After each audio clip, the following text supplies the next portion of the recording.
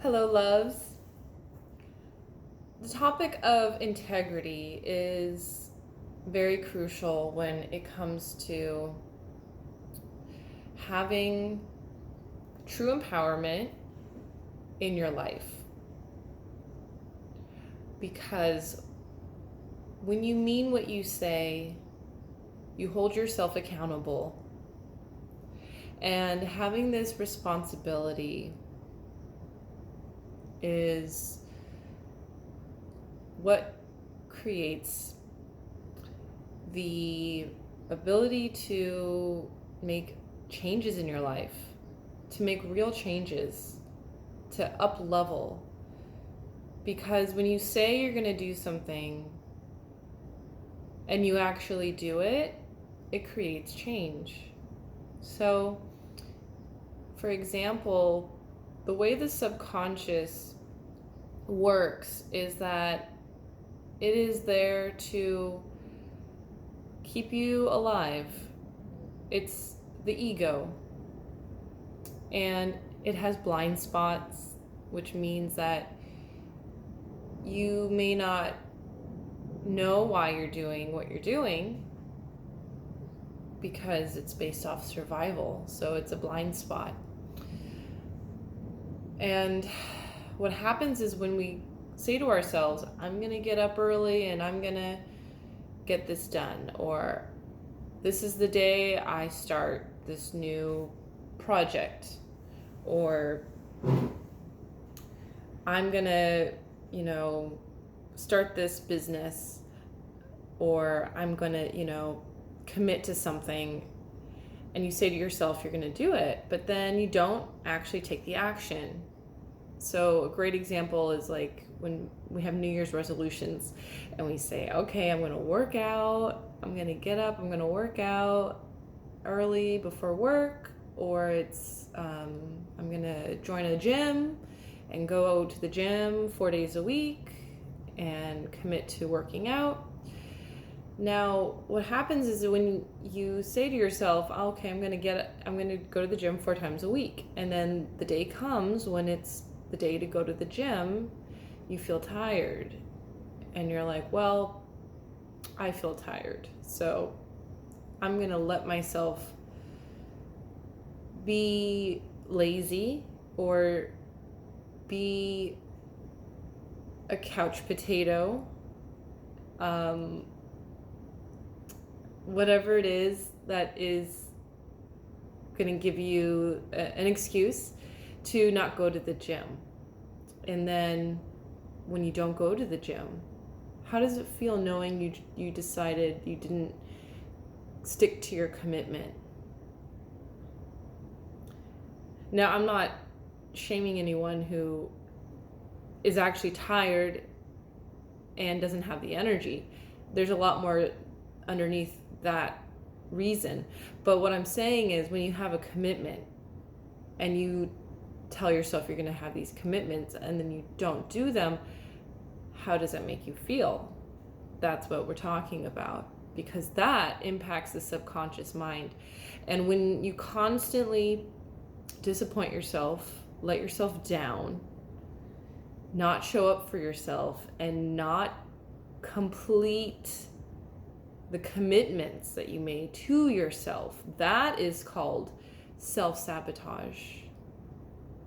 And that is the death of self-love. That is the violence against self-love. And it's the ego.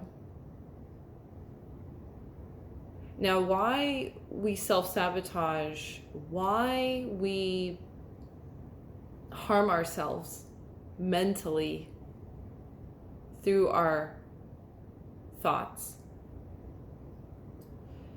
is because it keeps us in our comfort zone. It keeps us living the same life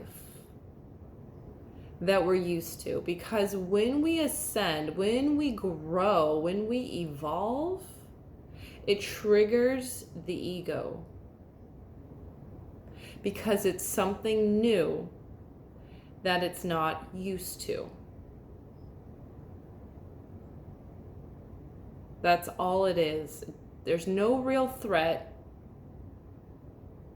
And you know deep inside that you're sick and tired of making excuses, of living the same limited lifestyle.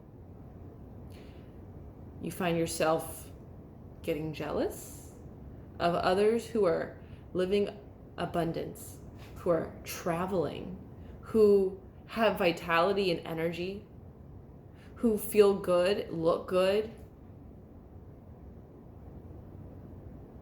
It has nothing to do with them.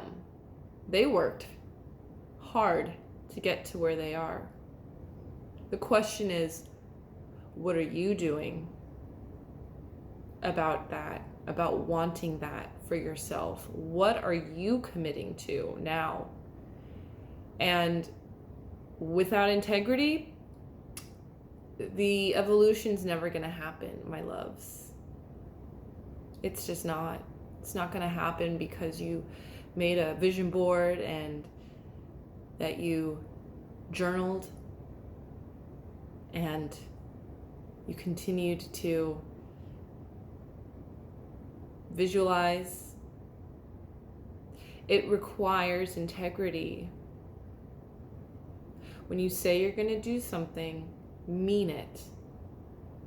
It starts with the commitments you make to yourself, your self-care.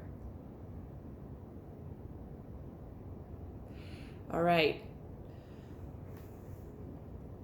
Sending you so much love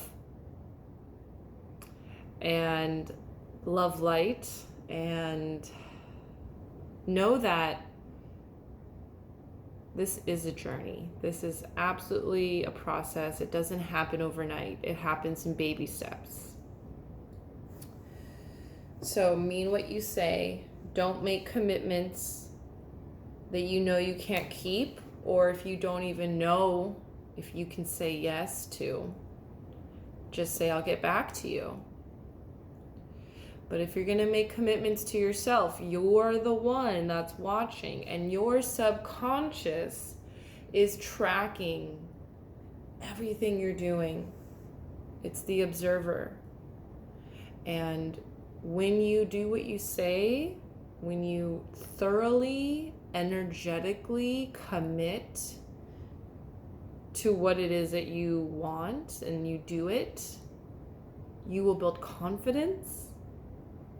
You will love yourself, and you will begin to glow and show your divine radiance. But even when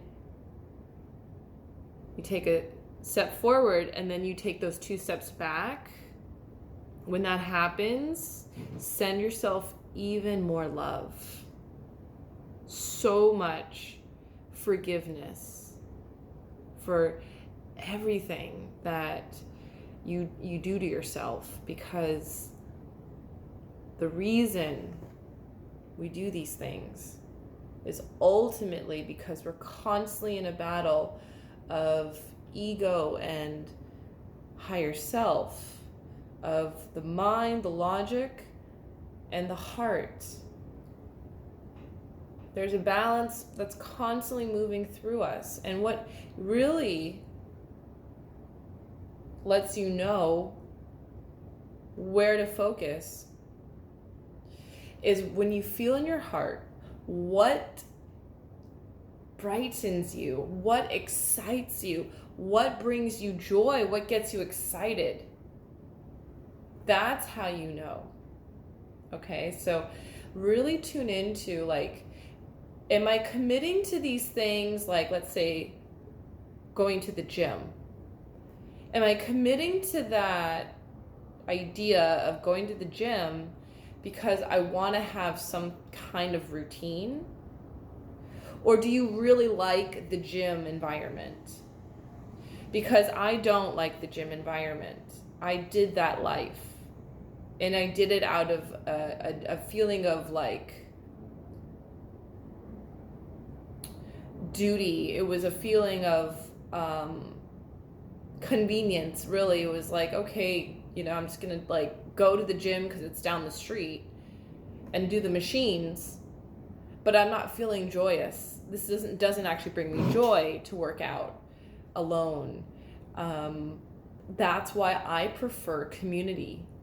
I prefer going to group classes. I prefer actually going to like heated, challenging, mentally, physically classes, because it really pushes me past my edge and past my comfort zone.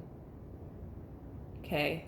So I just really want you to take a look at when you make commitments, are you making it out of a feeling of either guilt or shame, any of those lower frequencies, because that's not going to serve you. Do it out of the frequency of joy, of love, of what truly brightens you and sparks you. All right? That's all you have to do. Sending you so much love.